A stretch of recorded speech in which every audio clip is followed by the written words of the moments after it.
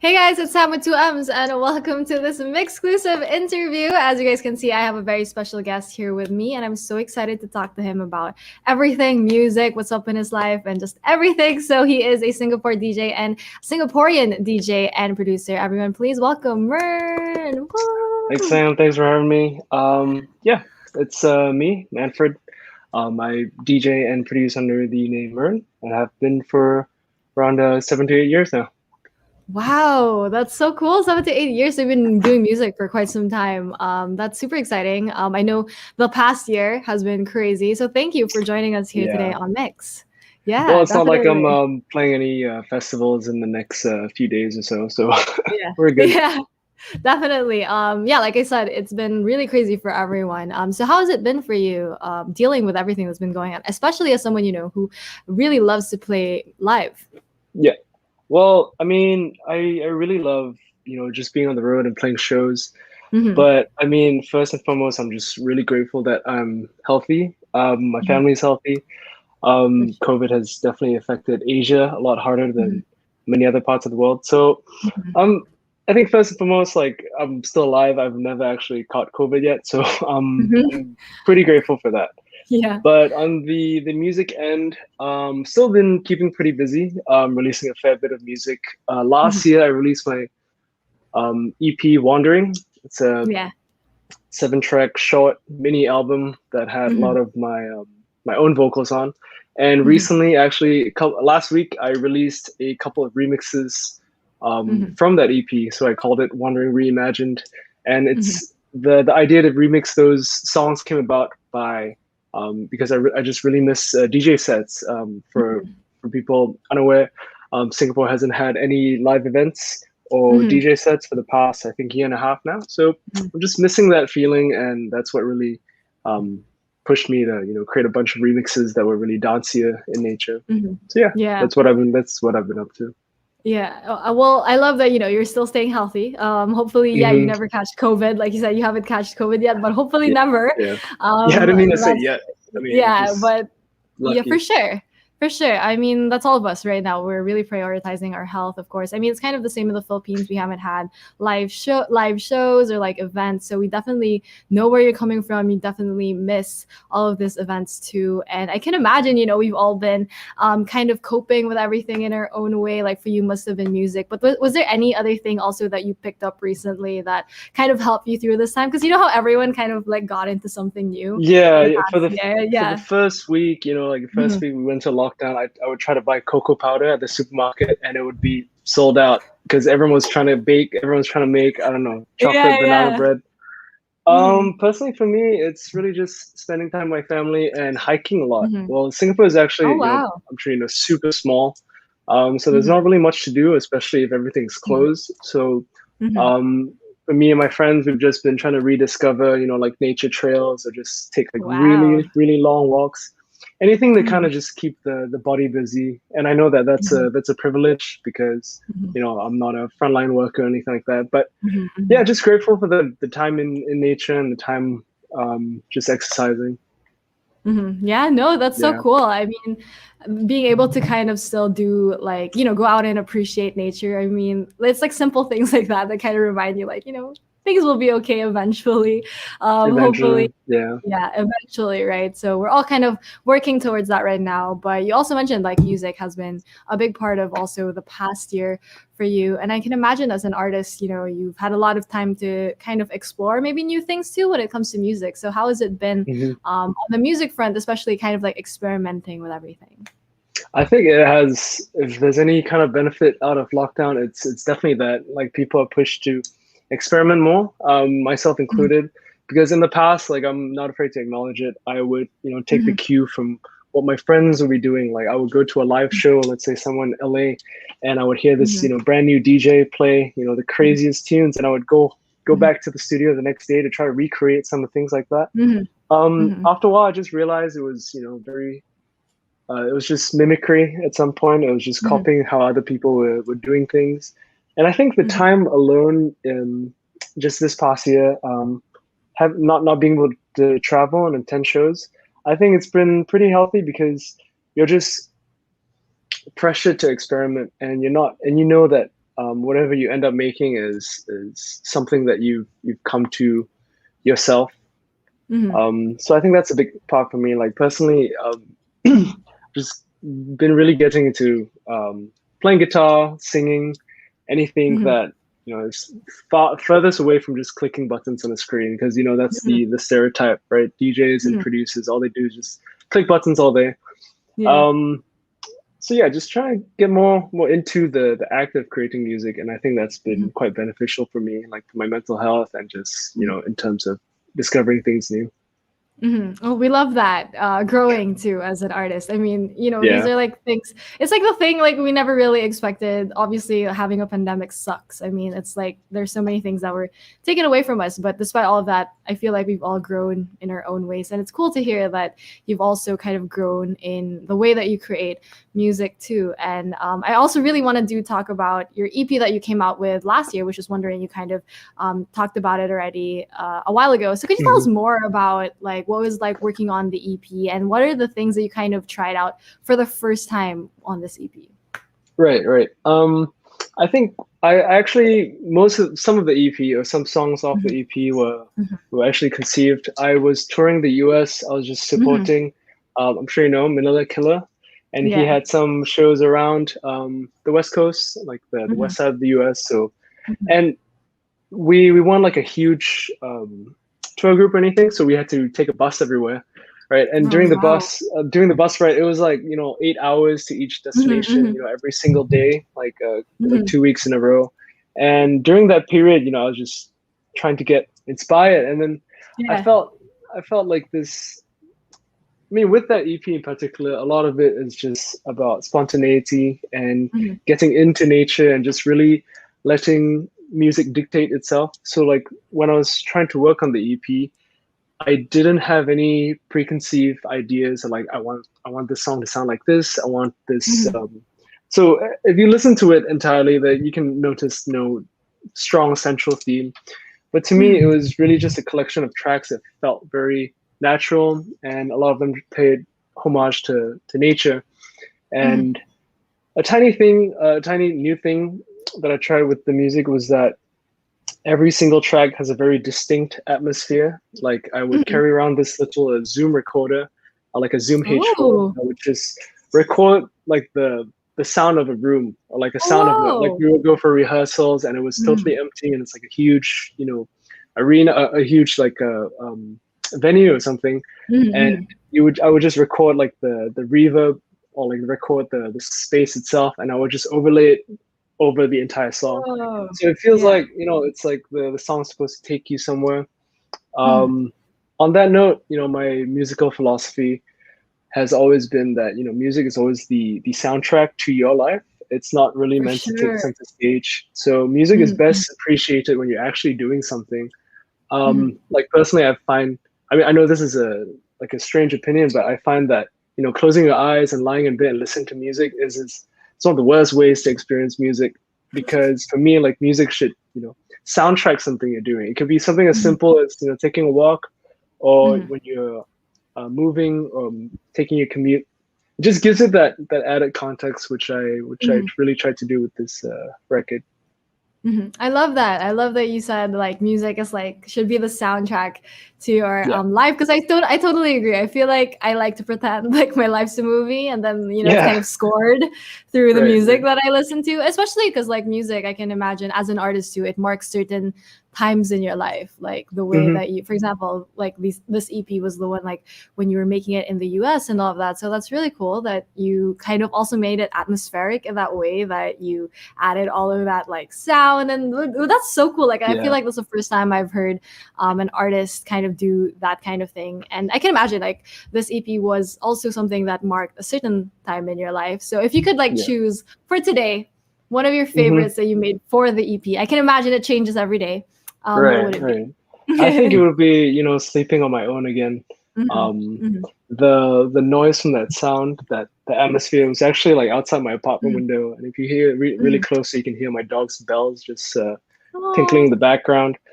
I really like that song because I actually wrote it with my good friend of mine. His name is Mhm, Dumu. He's also a mhm, producer. He's mhm, released a bunch of records on his own name and for Monstercat. And we really got to write the song together because he was actually showing me how to play guitar, right? Like oh before, wow. he actually gave me his old guitar, and Yeah. for the album, a lot of the guitar work was his, the background Mhm, vocals were his.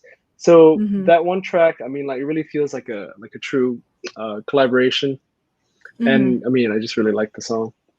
Yeah, no, I love that, and I love that you're really learning guitar too at that point. Because I was doing my research too, and I saw that you really grew up during that kind of like emo, like pop punk Yeah, kind of yeah, era. yeah. And I heard like Good Charlotte was your first ever album that you owned, which is Yes. beautiful. That's such a great album too. So like, hmm how heavily like influenced are you by like that kind of music, and like what are your other influences too that kind of play into the kind of music that you make? Oh, I think, well, that first album, Good Morning Revival, I just really enjoyed it because it was so, Mm-hmm. well, granted, I was like an emo kid back then, right? I would grow my hair out Same. and like, I mean, I'm sure everyone's had that phase. Yeah. In terms of influence, I don't know, like everyone's favorite member of like the pop punk bands in the past were the Mhm. lead guitarists, the singers like the Mhm. Joel and Benji Maddens. But Yeah. my favorite player was the keyboardist because he I wouldn't love say it. anything. His hair was just he Yeah. was this tall, lanky dude. He's just Um, chilling. that also greatly inspired my decision to just like focus on the piano and keys. Mhm. After Mhm. that, I think I was very blessed and very grateful to have parents that enjoyed music growing up. We had a Mhm. little CD player, Mhm. um, and before that, with the cassettes and VHS, my parents would play lots of old disco songs. Well, I mean, back then it wasn't old; it was Cute. like the thing, right? So lots of Earth, Wind, Fire, Mhm. lots of Michael Jackson. And I grew Mhm. up with that, quantized, four on the floor Yeah. beat, and I guess it somehow influenced, what I make today. Yeah. Yeah, yeah, lots of varied I influences. Yeah, for sure. I mean, I feel like that's the best kind of influence too. Like when it's like mixed and it's like really random too, like from Good Charlotte to hmm like Earth, Wind, and Fire. I feel like well-rounded Right, influence too. So right. I love that. But like we did mention a while ago, Wandering was a EP that you released last year, but you also reimagined. You kind of already talked about it also a while ago. You imagined Yeah, two songs of yeah. the original EP, which are Sleeping on My Own Again and Superstructure. So could you tell us why you kind of wanted to do these two songs specifically for the reimagined version? Well, for the first song, "Sleeping My Own Again," I just really liked the song, and I Mhm, thought it cool to. It was the most like song-like song on the EP. mhm, It had vocals, it had like a little yeah. chorus. I know that sounds Mhm. weird, but it had like a structure, right? No, And I yeah. really wanted to turn that structure on its head. Mhm, So I just took the vocals, took the synths because I've remixed like with tons of artists, but I've mhm, never really looked at my song from the perspective of a remixer. So that was pretty mhm, interesting to do, just to mhm, retain some core elements but try and include something new. And the other mhm, one, Superstructure, is really because I just imagined the original to be a huge, arena opener or a huge venue opener because it yeah. slowly builds and creeps up on you until it's the chorus and the Mhm, euphoria. So I wanted to do a little, edit of that because mhm, one. I actually had a DJ edit saved up. It wasn't as fleshed out as this idea that you hear right now on, Spotify, but I think the idea started from there because I thought at one point, like, oh wait, I'm just released an EP. I'm so excited to tour and play shows. This was like a year and a half ago. So I was making all these edits, and then things happened. So yeah, I just thought I'd just put them out into the world just to let people see what my state of mind was at the time. Yeah, and I think it's perfect for the summer too. I mean, in both our countries, I feel like it's the summer. Yeah. Definitely stay at home, listen to them, enjoy it, not to, party too much or anything. Yeah, for sure. It's like summer at home kind of vibe, which I feel like a lot of people. The most depressing. Yeah, kind of depressing, but also like gotta roll with it. You know what I mean? Yeah. Especially now, with 100%. Everything that's been going on. But can you tell us more about like kind of the way that you reimagined these songs? Like, what were the specific things that you kind of wanted to do for the reimagined versions, and how you actually did them? Well, that's a cool question. I think the only thing I really tried to do with those was that make it DJ friendly. I know it sounds weird. Like if you listen to both of them, they kind of have like intro beats. So you can mix it in pretty much. Okay, secondary to that, I think the main goal was to have them sound different from the original records, right? Obviously, because they're remixes. I think that's pretty much it, really. I wrote these two reimagined songs because I really miss live shows. I really miss the energy of just like 400 people crammed into like a tiny space. They don't know each other, but they united in their love for just dancing and music. And I really, really miss that. So I wanted to try it and capture that feeling with these records.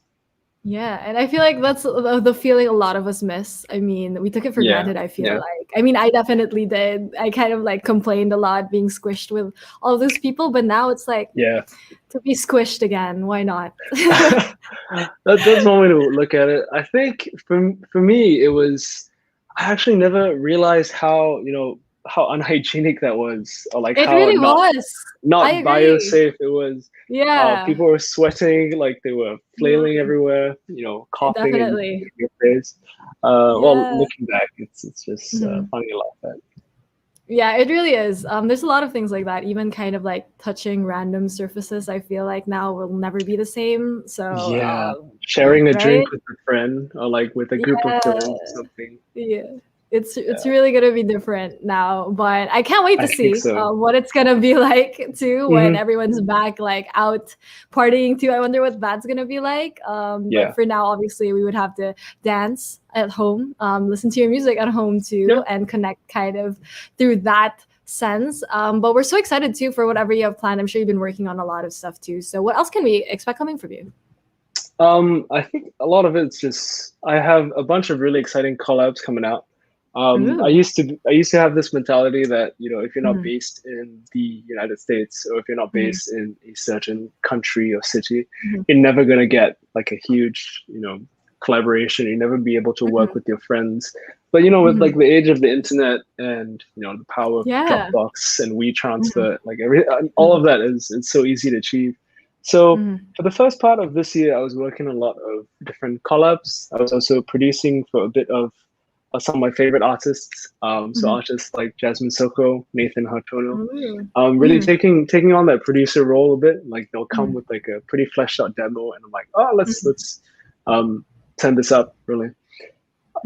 Apart from that, I've been trying to work on solo material, but of course that's been really hard with with everything that's going on. It definitely makes me feel super guilty that, I don't know, this might be a personal thing.